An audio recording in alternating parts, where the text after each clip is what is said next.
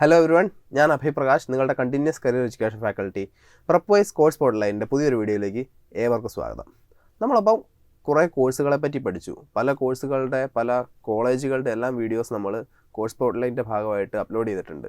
അങ്ങനെ ചെയ്തു വരുമ്പം പൊളിറ്റിക്കൽ സയൻസിൽ ഞാൻ പറഞ്ഞിരുന്നു ജേർണലിസം നല്ലൊരു കരിയർ ഓപ്ഷനാണെന്ന്.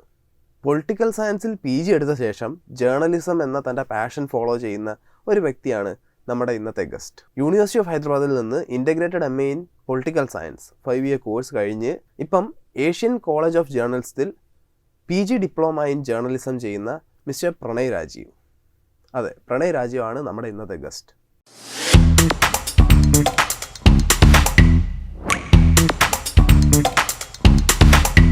പൊളിറ്റിക്കൽ സയൻസിലെ PG കഴിഞ്ഞ് മൊത്തം സ്ട്രീം തന്നെ ചേഞ്ച് ചെയ്തിട്ടാണ് പ്രണയ് രാജീവ് തൻ്റെ ജേർണലിസ്റ്റിലെ കരിയർ ജേർണലിസ്റ്റിലെ ആ ഒരു കോഴ്സ് സ്റ്റാർട്ട് ചെയ്യുന്നത്. തൻ്റെ പൊളിറ്റിക്കൽ സയൻസ് ഞാൻ പറഞ്ഞ പോലെ തൻ്റെ കരിയർ ബിൽഡ് ചെയ്യാൻ, ജേർണലിസ്റ്റിലൊരു കരിയർ ബിൽഡ് ചെയ്യാൻ സഹായിക്കുന്നുണ്ടോ എന്നുള്ളതിലേക്ക് എല്ലാ ഇൻസൈറ്റ്സ് തരാൻ നമുക്ക് എത്രയും പെട്ടെന്ന് പ്രണയുടെ അടുത്തേക്ക് പോവാം. ഹലോ പ്രണയ്, നമ്മുടെ വ്യൂവേഴ്സിനായിട്ടൊന്ന് സെൽഫ് ഇൻട്രൊഡ്യൂസ് ചെയ്യാവോ? എൻ്റെ പേര് പ്രണയ്. ഞാൻ ഹൈദരാബാദ് യൂണിവേഴ്സിറ്റിയിൽ നിന്ന് integrated MA political science complete ചെയ്തു. ഇപ്പം ഞാൻ ചെന്നൈയിലുള്ള ഏഷ്യൻ കോളേജ് ഓഫ് ജേർണലിസത്തിന് ഒരു ജേർണലിസം പ്രോഗ്രാം ചെയ്യുകയാണ്. അപ്പം കോഴ്സ് ഓൾമോസ്റ്റ് എത്തിക്കാറായി. സ്ഥലം ഞാൻ കൊല്ലം കരുനാഗപ്പള്ളിയാണ്. പഠിച്ചതൊക്കെ സ്കൂളിംഗ് ഒക്കെ ഫുള്ള് ട്രിവാൻഡ്രത്തായിരുന്നു, സൈനിക് സ്കൂൾ കഴക്കൂട്ടത്തായിരുന്നു. അത് കഴിഞ്ഞിട്ട് Hyderabad university. So plus two കഴിഞ്ഞപ്പം പ്ലസ് ടു കഴിയുമ്പം ഒരു സ്റ്റുഡന്റിന് പറ്റുന്ന അല്ലെങ്കിൽ നല്ലൊരു ഓപ്പർച്യൂണിറ്റി ആയിട്ടുള്ള ഒരു കോഴ്സാണ് IIMA പൊളിറ്റിക്കൽ സയൻസ്. അപ്പം പ്രണയെ സംബന്ധിച്ച് എങ്ങനെയാണ് ആ ഒരു ജേർണി സ്റ്റാർട്ട് ചെയ്തത്? HCUലേക്കുള്ള ഒരു IIMA പൊളിറ്റിക്കൽ സയൻസ് സ്റ്റുഡന്റ് ആയിട്ടുള്ള ഒരു ജേർണി. ആക്ച്വലി എൻ്റെ പേരൻസ് രണ്ടുപേരും ഡോക്ടേഴ്സ്. അപ്പം സ്വാഭാവികമായിട്ടും എനിക്ക് വീട്ടിൽ നിന്നും കുടുംബത്തിൽ നിന്നും നാട്ടുകാരിൽ നിന്നും എല്ലാം MBBS പോകാൻ നല്ലൊരു പ്രഷർ ഉണ്ടായിരുന്നു. ബട്ട് ലൈക്ക് കുറച്ചൊന്ന് വീട്ടുകാരെ ഒന്ന് കൺവിൻസ് ചെയ്തു. എനിക്ക് സോഷ്യൽ സയൻസ് പഠിക്കാനാണ് താല്പര്യം എന്നൊരു സംഭവം ഉണ്ടായിരുന്നു. അപ്പം സോഷ്യൽ സയൻസ് പഠിക്കാൻ തീരുമാനിച്ചു കഴിഞ്ഞപ്പോഴത്തേക്ക് ഞാൻ കുറച്ചൊന്ന് റിസർച്ച് ചെയ്തപ്പോഴത്തേക്ക് എനിക്ക് കുറച്ചുകൂടെ ഈ പൊളിറ്റിക്കൽ സയൻസ്, ഇലക്ഷൻ ഓറിയന്റഡ് അങ്ങനത്തെ കുറച്ച് സാധനങ്ങളോട് ആണ് താല്പര്യം എന്ന് മനസ്സിലായി. അപ്പൊ ഞാൻ പിന്നെ അങ്ങനെ നോക്കിയപ്പോഴത്തേക്ക് അതിലുള്ള ഏറ്റവും ബെസ്റ്റ് ഓപ്ഷൻ ഹൈദരാബാദ് യൂണിവേഴ്സിറ്റി എന്ന് മനസ്സിലാക്കി. അപ്പം ഞാൻ എക്സാം എഴുതുന്നത് 2014 ഞാൻ എക്സാം എഴുതുന്ന വർഷം എക്സാം ആക്ച്വലി ഹൈദരാബാദ് യൂണിവേഴ്സിറ്റിയുടെ എൻട്രൻസ് എക്സാം ബോർഡ് എക്സാമിന് മുമ്പായിരുന്നു. അപ്പം ആദ്യമായിട്ട് എഴുതുന്ന ഒരു എൻട്രൻസ് എക്സാം ആയിരുന്നു. അപ്പൊ അതിന്റെ ഒരു ഒന്നും അറിയത്തില്ല, നമ്മൾ ജസ്റ്റ് പോയി എഴുതുന്നു. പക്ഷെ എക്സാം ഒക്കെ സ്ട്രേറ്റ് ഫോർവേഡ് ആയിരുന്നു. യൂണിവേഴ്സിറ്റിയിൽ എത്തി. പിന്നെ അവിടെ എത്തിയിട്ടാണ് പിന്നെ കാര്യങ്ങളൊക്കെ കുറച്ചുകൂടെ നമ്മൾ മനസ്സിലാക്കി. ആ ഒരു 5 ഇയർ ഇന്റഗ്രേറ്റഡ് MA എക്സ്പീരിയൻസ് ഒന്ന് എക്സ്പ്ലെയിൻ ചെയ്യാവോ? 5 വർഷത്തെ കോഴ്സ് ഉണ്ടാകുമ്പോഴത്തേക്ക് നമ്മളവിടെ ചെല്ലുമ്പോൾ നമ്മൾ ജസ്റ്റ് ഔട്ട് ഓഫ് സ്കൂൾ, നമ്മൾ സ്കൂൾ കഴിഞ്ഞ് വന്ന് നമുക്ക് സത്യം പറഞ്ഞു കഴിഞ്ഞാൽ വലിയ ഇന്റലക്ച്വലോ ഇമോഷണൽ ആയിട്ടുള്ള മെച്യൂരിറ്റി ഒന്നുമില്ല. അപ്പൊ നമ്മൾ ജീവിതം ഇങ്ങനെ പഠിച്ചു വന്ന് അപ്പൊ അത് ആ ഒരു പ്രോസസ്സ് വളരെ എൻജോയബിൾ ആയിരുന്നു. നമ്മൾ സത്യം പറഞ്ഞു കഴിഞ്ഞാൽ ആ ക്യാമ്പസിലെ ഏറ്റവും ജൂനിയർ മോസ്റ്റ് ആൾക്കാരായിട്ടാണ് നമ്മൾ വരുന്നത്. അപ്പൊ നമുക്ക് ചുറ്റുമുള്ള ആൾക്കാരെന്ന് പറഞ്ഞു കഴിഞ്ഞാൽ ഒരുപാട് അനുഭവങ്ങളുള്ള, ഒരുപാട് ലൈക്ക് പഠിച്ചിട്ടുള്ള ആൾക്കാരാണ്, PhD ചെയ്യുന്ന ആൾക്കാരാണ്. അപ്പൊ അവരോടൊക്കെ നമ്മൾ സംസാരിക്കുമ്പോഴത്തേക്ക് നമുക്ക് കുറെ കാര്യങ്ങൾ പഠിക്കാൻ പറ്റും, പുതിയ കുറെ സാധനങ്ങൾ വായിക്കാൻ പറ്റും. അങ്ങനെ വളരെ ബെനിഫിഷ്യൽ ആയിരുന്നു ആ കാര്യത്തിൽ. In terms of intellectual growth ഭയങ്കര ഒരു വലിയ സ്പേസ് ആയിരുന്നു ഹൈദരാബാദ് യൂണിവേഴ്സിറ്റി. ഒരുപാട് ഓപ്പർച്യൂണിറ്റീസ് ഉണ്ടായിരുന്നു. ഓക്കെ, അപ്പം ഹൈദരാബാദിലെ ആ ഒരു 5 വർഷ PG അല്ലെങ്കിൽ ഇന്റഗ്രേറ്റഡ് MA കഴിഞ്ഞിട്ട് സ്ട്രീം ഒക്കെ ചേഞ്ച് ചെയ്ത് നമ്മൾ പൊതുവെ കാണാത്തൊരു സംഭവമാണ്. കാരണം ഒരു PG ഒക്കെ കഴിഞ്ഞ ഒരാൾ ആ സ്ട്രീം ചേഞ്ച് ചെയ്ത് വേറെ സ്ട്രീമിലേക്ക് പോവുക ഓൾമോസ്റ്റ് ഒരുവിധം ഈ ഒരു റിജിഡ്, അതായത് വളരെ കൺസ്ട്രെയിൻസ് ഉള്ള ഒരു സംഭവമാണ് അത്. വീട്ടുകാർ സമ്മതിക്കില്ല. നമുക്ക് തന്നെ തോന്നും എന്തുകൊണ്ട് നമ്മൾ പോണം. PG പൊളിറ്റിക്കൽ സയൻസ് എനിക്കുണ്ട്, പക്ഷെ എങ്ങനെയായിരുന്നു ജേർണലിസ്റ്റിലേക്കുള്ള ആ ഒരു ചേഞ്ച്, സ്ട്രീം ചേഞ്ച്? അത് സത്യം പറഞ്ഞു കഴിഞ്ഞാൽ അത്ര സ്ട്രേറ്റ് ഫോർവേഡ് അല്ലായിരുന്നു. ആക്ച്വലി പൊളിറ്റിക്കൽ സയൻസ് PG കഴിഞ്ഞ് കഴിഞ്ഞിട്ടുള്ള ഓപ്ഷൻസ് എന്ന് പറഞ്ഞു കഴിഞ്ഞാൽ PhDക്ക് പോവുക, അല്ലെങ്കിൽ പഠിപ്പിക്കാൻ കയറുക. അപ്പൊ പഠിപ്പിക്കാൻ കയറുന്നതിന്റെ കാര്യം ഞാൻ ഇറങ്ങിയ വർഷത്തേക്ക്, ഞാൻ 2019 ഒക്കെ ആയപ്പോഴത്തേക്ക് ഓൾമോസ്റ്റ് PhD ഇല്ലെങ്കിൽ നമുക്കൊരു ഒരു പ്രൊഫസർ സ്ഥാനത്തിൽ അല്ലെങ്കിൽ ഒരു അസിസ്റ്റന്റ് പ്രൊഫസർ സ്ഥാനത്തിലോട്ട് ഗ്രോത്ത് ഇല്ല എന്നുള്ള കാര്യം ഓൾമോസ്റ്റ് വന്നിരുന്നു.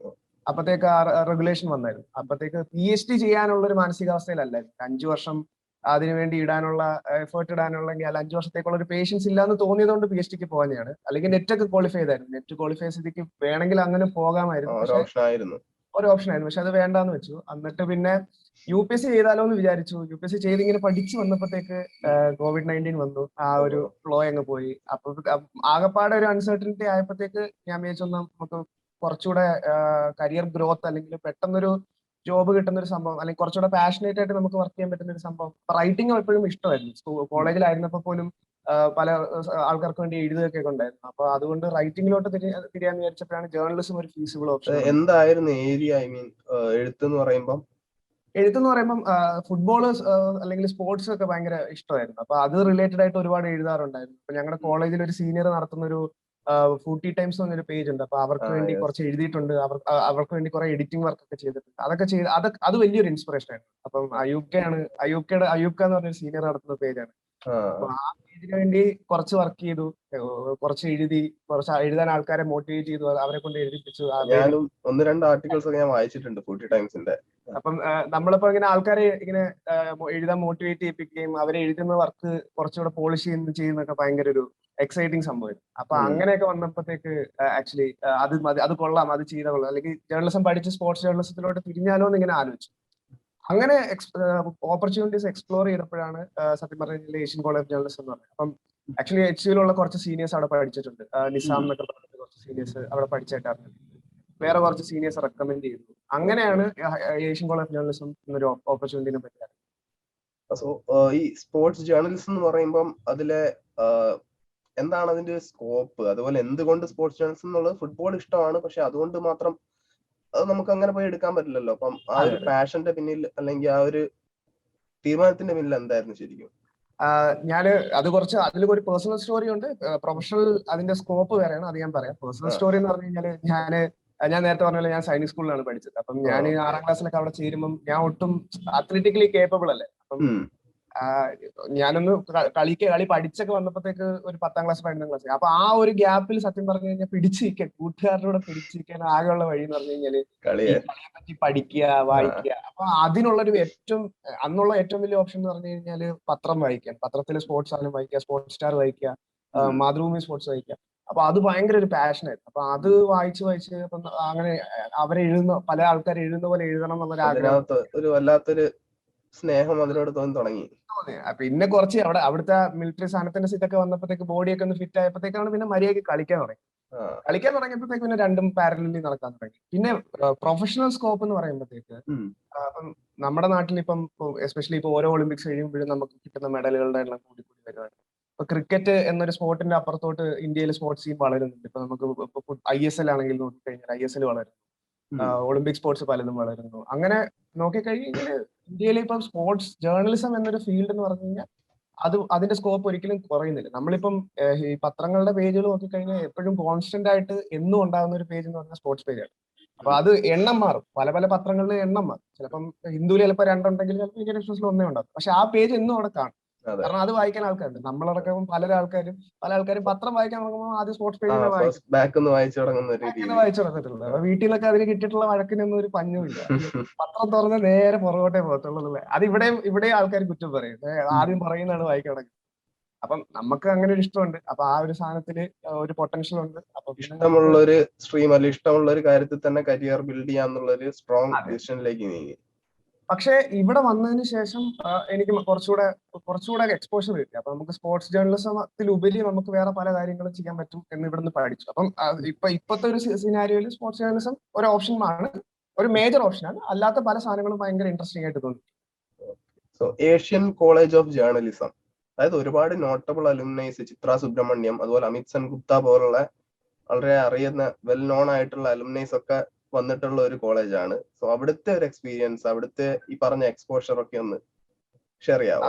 അപ്പൊ ഞാൻ പറഞ്ഞ പോലെ ഏഷ്യൻ കോളേജ് ജേർണലിസം എന്നൊരു ഓപ്ഷൻ അറിഞ്ഞതിന് ശേഷം അതിന്റെ എൻട്രൻസ് പ്രോസസ്സിനെ പറ്റി വേണമെങ്കിൽ കുറച്ച് പറയാം. അതായത് ബേസിക്കലി വളരെ സ്ട്രെയിറ്റ് ഫോർവേഡ് ആയിട്ടുള്ള ഒരു എൻട്രൻസ് എക്സാം ഉണ്ട്. അതിൽ നമ്മുടെ basic GK, writing skills, grammar, basic സാധനങ്ങളാണ് കവർ ചെയ്യുന്നത്. അത് കഴിഞ്ഞൊരു ഇന്റർവ്യൂ ഉണ്ട്. ഒരു നല്ലൊരു അത്യാവശ്യം ഒരു വലിയൊരു പാനൽ അവർ വന്ന് നമ്മളെ ഇന്റർവ്യൂ. അത്ര ബുദ്ധിമുട്ടായിട്ട് തോന്നില്ല. പക്ഷെ അതിനുശേഷം പിന്നെ കോവിഡ് ആയതുകൊണ്ട് ആദ്യത്തെ ഒരു 2-3 മാസം ഓൺലൈൻ ആയിരുന്നു ക്ലാസ്. ഭയങ്കര എന്ന് വെച്ചാൽ നമ്മള് ഒരു കൺവെൻഷണൽ എഡ്യൂക്കേഷൻ, നമ്മളൊരു തിയറി ക്ലാസ്സിൽ ഇരുന്ന് വന്ന് പഠിച്ചു വരുന്ന ഒരാൾക്ക് നമ്മൾ പെട്ടെന്ന് ഭയങ്കര അത്ഭുതപ്പെട്ടു. കാരണം തിയറി ആസ്പെക്ട് വളരെ കുറവാണ്, കൂടുതലും പ്രാക്ടിക്കൽ എലമെന്റ്സ് ആണ്. അത് മേക്ക് സെൻസ്, കാരണം ഒരു ജേർണലിസം സ്കൂളിൽ അങ്ങനെ തന്നെയാണ് വേണ്ടത്. പ്രത്യേകിച്ച് PG ഒക്കെ കഴിഞ്ഞ്, അത് PG പൊളിറ്റിക്കൽ സയൻസ് കഴിഞ്ഞിട്ട് ഇതിലേക്ക് നമ്മള് സോഷ്യൽ സയൻസ് സബ്ജക്ട് പറയുമ്പോൾ 100% തിയറിയാണ്. നമ്മൾ ഇങ്ങോട്ട് വരുമ്പോഴത്തേക്ക് അതൊരു 30 to 40% തിയറിയും 60 to 70% പ്രാക്ടിക്കൽ എലമെന്റ്സ്. അപ്പൊ നമ്മള് ഫോർ എക്സാമ്പിൾ ഇപ്പം ബേസിക്കലി ഞങ്ങളുടെ കോളേജിൽ 3 സ്ട്രീമായിട്ടാണ് കാര്യങ്ങൾ നടക്കുന്നത്. അത് സ്പെഷ്യലൈസേഷൻ എന്ന് പറയും. അപ്പൊ ഒന്ന് ബ്രോഡ്കാസ്റ്റ് എന്നാണ്. ബ്രോഡ്കാസ്റ്റ് എന്ന് പറഞ്ഞാൽ നമ്മുടെ മെയിൻലി ടിവിക്ക് വേണ്ടിയുള്ള വീഡിയോ പ്രൊഡക്ഷൻ ആണ്. പിന്നെ അടുത്തെന്ന് പറഞ്ഞാൽ ഡിജിറ്റലാണ്. ഡിജിറ്റലാണ് ഇപ്പോഴത്തെ ഏറ്റവും എമേർജിംഗ് ഫീൽഡ്. അതായത് ഡിജിറ്റൽ പ്ലാറ്റ്ഫോംസ് ഒരുപാട് ഇങ്ങനെ നമുക്ക് വന്നുകൊണ്ടിരിക്കുകയാണ്. അപ്പൊ അതുകൊണ്ട് അത് ഭയങ്കര പൊട്ടൻഷ്യൽ ഉള്ള ഫീൽഡാണ്. പിന്നെ ഉള്ളത് കൺവെൻഷണൽ ജേർണലിസം, അതായത് പ്രിന്റ് ആണ്. അപ്പൊ ഞാൻ പ്രിന്റ് ആണ് എടുത്തത്. എനിക്ക് റൈറ്റിംഗ് ആണ് താല്പര്യം, അതുകൊണ്ട് ഞാൻ പ്രിന്റ് എടുത്തു. അപ്പൊ ഈ 3 രീതിയിൽ നമുക്ക് ആദ്യത്തെ സെമസ്റ്റർ നമുക്ക് ഈ 3 സാധനങ്ങളുടെ ബേസിക് ട്രെയിനിങ്. അപ്പൊ നമുക്ക് വീഡിയോ പ്രൊഡക്ഷൻ ഉണ്ട്, ഡോക്യുമെന്ററി ഉണ്ടാക്കണം, എല്ലാം ചെയ്യേണ്ടതായിട്ടുണ്ട്. എല്ലാം ചെയ്യേണ്ടി വരും. അപ്പൊ നമ്മള് റേഡിയോയ്ക്ക് വേണ്ടി പോഡ്കാസ്റ്റ് ഉണ്ടാക്കണം. പിന്നെ നമ്മൾ ഡിജിറ്റൽ സ്റ്റോറീസ് ചെയ്യണം. നമ്മൾ മൾട്ടിമീഡിയ എലമെന്റ്സ് ഉണ്ടാക്കാൻ പഠിക്കണം. മറ്റേ ഈ ഡാറ്റ വിഷ്വലൈസേഷൻ സാധനങ്ങൾ പഠിക്കണം. എക്സൈറ്റിംഗ് ആയിട്ടുള്ള ഒരു എക്സ്പീരിയൻസ് തന്നെയായിരിക്കും അല്ലേ ഇതെല്ലാം ചെയ്യണം എന്ന് പറയുമ്പോൾ? എന്ന് വെച്ചാൽ ഈ വീഡിയോ മേക്കിംഗ് ഒക്കെ പറഞ്ഞു കഴിഞ്ഞാൽ ഒരു ഞാൻ ജീവിതത്തിൽ ഇതിനു മുമ്പ് ഫോണിൽ വീഡിയോ എടുത്തതല്ലാതെ ഒരു വീഡിയോ മേക്കിംഗ് എക്സ്പീരിയൻസും ഇല്ല. അപ്പം നമ്മൾ വീഡിയോ ഷൂട്ട് ചെയ്തിട്ട് എഡിറ്റ് ചെയ്ത് നമ്മളത് കമ്പയർ ചെയ്ത് ഒരു ഡോക്യുമെന്ററി ആക്കിയിട്ട് നമ്മളത് കാണുമ്പോൾ ഭയങ്കര സാറ്റിസ്ഫാക്ഷൻ. ഈ ഔട്ട്പുട്ട് ഓറിയന്റഡ് നമ്മൾ ചെയ്യുന്ന സാധനങ്ങൾക്ക് എല്ലാം ക്ലിയർ ഔട്ട്പുട്ട് ഉണ്ട്. നമ്മളിപ്പോൾ ഒരു ആർട്ടിക്കിൾ എഴുതുവാണെങ്കിൽ അത് പബ്ലിഷ് ആവും, അല്ലെങ്കിൽ എവിടെയെങ്കിലും വരും. അത് കാണുമ്പോൾ ഒരു സന്തോഷം. അപ്പം ഒരു തിയറി അല്ലെങ്കിൽ ഒരു PG IMA പൊളിറ്റിക്കൽ സയൻസ് പഠിക്കുമ്പോൾ നമുക്ക് ആകെയുള്ള ഔട്ട്പുട്ട് എന്ന് പറഞ്ഞു കഴിഞ്ഞാൽ എല്ലാ സെമ്മിന്റെ അവസാനം കിട്ടുന്ന ഒരു ഗ്രേഡ്. അതുപോലല്ലേ ഇത് കുറച്ചുകൂടെ നമുക്ക് സാറ്റിസ്ഫാക്ഷൻ ഉണ്ടാവും ആസ് ലോങ് ആസ് നമ്മൾ ചെയ്യുന്ന വർക്ക് നല്ലതാണ്. സോ ഫ്യൂച്ചർ പ്ലാൻസ് അതൊന്ന് പറയാമോ? എന്തായിരിക്കും ഇനി മുന്നോട്ട് കോഴ്സ് കഴിയുമ്പോൾ? ഇത് ഞാൻ പറയാൻ പറ്റുമെന്ന്. ബേസിക്കലി ഈ കോഴ്സ് എന്ന് പറഞ്ഞു കഴിഞ്ഞാൽ ഒരു 10 മാസ കോഴ്സാണ്. ഭയങ്കര ചെറിയ കോഴ്സാണ്. PG ഡിപ്ലോമയാണ് ഇതിന്റെ നമുക്ക് കിട്ടുന്ന ഡിഗ്രി. സത്യം പറഞ്ഞു കഴിഞ്ഞാൽ ഇവിടെ ഇവിടുന്ന് കിട്ടുന്ന ഗ്രേഡ് അങ്ങനത്തെ സാധനങ്ങളൊക്കെ വളരെ സെക്കൻഡറി ആണ്. നമുക്ക് നമ്മൾ ഇവിടുന്ന് ബിൽഡ് ചെയ്യുന്ന കോണ്ടാക്ട്സ്, നമ്മൾ ഇവിടുന്ന് പഠിക്കുന്ന സ്കിൽസ്, അപ്പൊ ഈ സാധനങ്ങളാണ് നമ്മളെ ഭാവിയിൽ സഹായിക്കാൻ പോകുന്നത്. അപ്പം നല്ല രീതിയിൽ പ്ലേസ്മെന്റ് കിട്ടുന്ന ഒരു കോളേജാണ് Asian college of journalism. Almost 90% ഒക്കെ സക്സസ് റേറ്റ് ഉള്ള പ്ലേസ്മെന്റ് ഉള്ള ഒരു കോളേജാണ്. അപ്പം ഇന്ത്യയിലെ ടോപ്പ് മീഡിയ ബ്രാൻഡ്സ് ഒക്കെ വരുന്നതാണ്. കോവിഡ് കാരണം ലാസ്റ്റ് വർഷം ഒന്ന് ചെറുതായിട്ടൊന്ന് ഡള്ളായതാണെങ്കിൽ പോലും പക്ഷെ ഈ വർഷം ഒന്ന് ബൗൺസ് ബാക്ക് ചെയ്യുമെന്നാണ് പറയുന്നത്. ഇതാണ് നമ്മുടെ വിശ്വാസം. അപ്പം നേരത്തെ ഞാൻ പറഞ്ഞ പോലെ ഇപ്പൊ നമ്മൾ എടുത്തേക്കുന്ന കോൺസെൻട്രേഷൻ അനുസരിച്ചിട്ടായിരിക്കും കൂടുതലും ഇത് വരുന്നത്. അപ്പം ബ്രോഡ്കാസ്റ്റ് എടുത്തവർ കൂടുതലും TV ചാനൽസിലോട്ട് തിരിയും, ഡിജിറ്റൽ എടുത്തവർ കൂടുതലും പ്രിന്റ് എടുത്തവർ കൂടുതലും ന്യൂസ് പേപ്പറിലോട്ട് പോകും. അപ്പൊ അങ്ങനെ പൊട്ടൻഷ്യൽ ഉണ്ട്. ബട്ട് അഗെയിൻ നമ്മുടെ ഇപ്പോഴത്തെ ഈ പോസ്റ്റ് കോവിഡ് എല്ലാ മാർക്കറ്റിലെയും എല്ലാ ഫീൽഡിലെയും പോലെ ഒന്ന് മാറി മറിഞ്ഞുകൊണ്ടിരിക്കുക, ഒന്ന് സെറ്റിൽ ആവുന്നേ ഉള്ളൂ. അപ്പൊ നമുക്ക് കൃത്യമായിട്ട് പറയാൻ പറ്റും. ബട്ട് എങ്കിലും പ്ലേസ്മെന്റ്സ് ഉണ്ട്. അപ്പൊ ഇനി ചോദിക്കാനുള്ളത്, ഒരു +2 കഴിഞ്ഞ വിദ്യാർത്ഥി ഹ്യൂമാനിറ്റീസ് അല്ലെങ്കിൽ സോഷ്യൽ സയൻസ് ബാക്ക്ഗ്രൗണ്ട് അല്ലെങ്കിൽ അതൊരു കരിയർ ഓപ്ഷൻ ആയിട്ട് അതിന്റെ പുറത്ത് ഒരു കരിയർ ബിൽഡ് ചെയ്യണമെന്ന് പോകുന്ന ആ ഒരു സ്റ്റുഡൻസിന്റെ അടുത്ത് എന്തെങ്കിലും 2 വേർഡ്സ് ഓഫ് അഡ്വൈസ് എന്തെങ്കിലും ഉണ്ടോ? ഫസ്റ്റ് ഓഫ് ഓൾ ഞാനിത് വളരെ പ്രാക്ടിക്കൽ ആയിട്ട് പറയുന്നത്, ഒരു പ്യുവർ ജോബ് ഓറിയന്റഡ്, അതായത് നിങ്ങൾക്ക് അത്യാവശ്യമായിട്ട് ഒരു ജോലി വേണം, 4 വർഷത്തിൽ ഒരു ജോലി വേണം, അല്ലെങ്കിൽ 3 വർഷത്തിൽ എനിക്ക് ജോലി വേണം, കുടുംബത്തിൽ നോക്കാം, അങ്ങനെയൊക്കെ ഉള്ള ഒരു സാഹചര്യം ആണെങ്കിൽ അത്ര സ്ട്രെയിറ്റ് ഫോർവേഡ് അല്ല കാര്യങ്ങൾ. നമ്മളിപ്പോ ഒരു സോഷ്യൽ സയൻസ് കോഴ്സ് പഠിക്കുമ്പം അത് കുറച്ചുകൂടെ ഒരു ലോങ് റണ്ണിലുള്ള ഒരു പ്രോസസ്സാണ്. നമുക്ക് സത്യം പറഞ്ഞു കഴിഞ്ഞാൽ ഒരു UG PG എന്ത് പറയുന്നത് PhD ചെയ്ത് കഴിഞ്ഞ ആൾക്കാർ പോലും ആ ഒരു സബ്ജക്റ്റിന്റെ ബേസ് ലെവൽ സ്ക്രാച്ച് ചെയ്തിട്ട്, അതായത് നമ്മൾ പഠിച്ച് നമ്മൾ എവിടെയെങ്കിലൊക്കെ എത്തണമെങ്കിൽ നമ്മൾ ഒരുപാട് ടൈമും എഫേർട്ടും നല്ല കമ്മിറ്റ്മെന്റ് വേണം. അപ്പം PhD ഒക്കെ ചെയ്ത് കഴിഞ്ഞു കഴിഞ്ഞാൽ നമ്മൾ സേഫ് ആണ്, നമുക്കൊരു ജോലി കിട്ടാൻ അത്ര പാടൊന്നുമില്ല.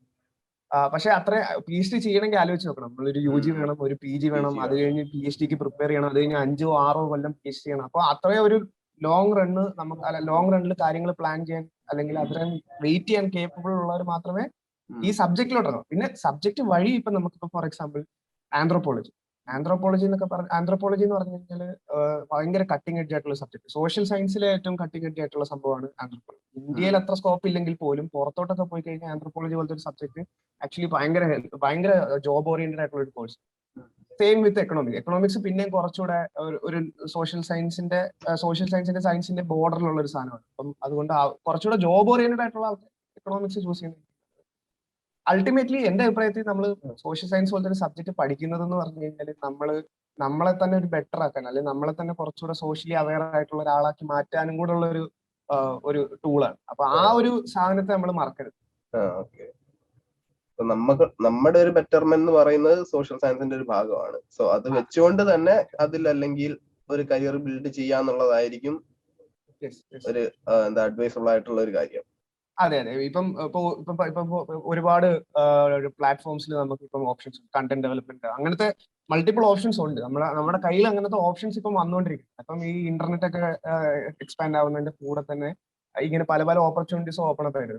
അപ്പൊ അതുപോലെ ഇനി പല പല സാധനങ്ങളും വരും. അപ്പം ജോബ് എന്ന് പറഞ്ഞൊരു ഫോക്കസ് ഉണ്ടെങ്കിൽ പോലും അതിനൊരു സാധ്യത ഉണ്ട്. ഓക്കെ. സോ വളരെ ഒരു നല്ലൊരു അക്കൗണ്ട് ആയിരുന്നു. അതായത് പൊളിറ്റിക്കൽ സയൻസ് പഠിച്ച ജേർണലിസ്റ്റിലേക്ക് പോയ ഒരാളെന്ന നിലയ്ക്ക് പൊളിറ്റിക്കൽ സയൻസ് അതുപോലെ തന്നെ ജേർണലിസ്റ്റിലെയും ഒരുപാട് കാര്യങ്ങൾ കവർ ചെയ്യാൻ പ്രണയ് ഞങ്ങളെ ഹെൽപ്പ് ചെയ്തു. അതിന് ഒരുപാട് നന്ദി. തന്നെ ഒരുപാട് തിരക്കുകൾക്കിടയിലും ഇതിന് ടൈം കണ്ടെത്തിയ പ്രണയ് രാജീവിന് ഞങ്ങളുടെ അതുപോലെ തന്നെ വ്യൂവേഴ്സിന്റെയും താങ്ക്സ്. ഇനി മറ്റൊരു വീഡിയോ ആയിട്ട് മറ്റൊരു ഗസ്റ്റുമായിട്ട് ഞാൻ വേഗം നിങ്ങളുടെ അടുത്തേക്ക് വരും. അതുവരേക്കും പീസ് ഔട്ട്.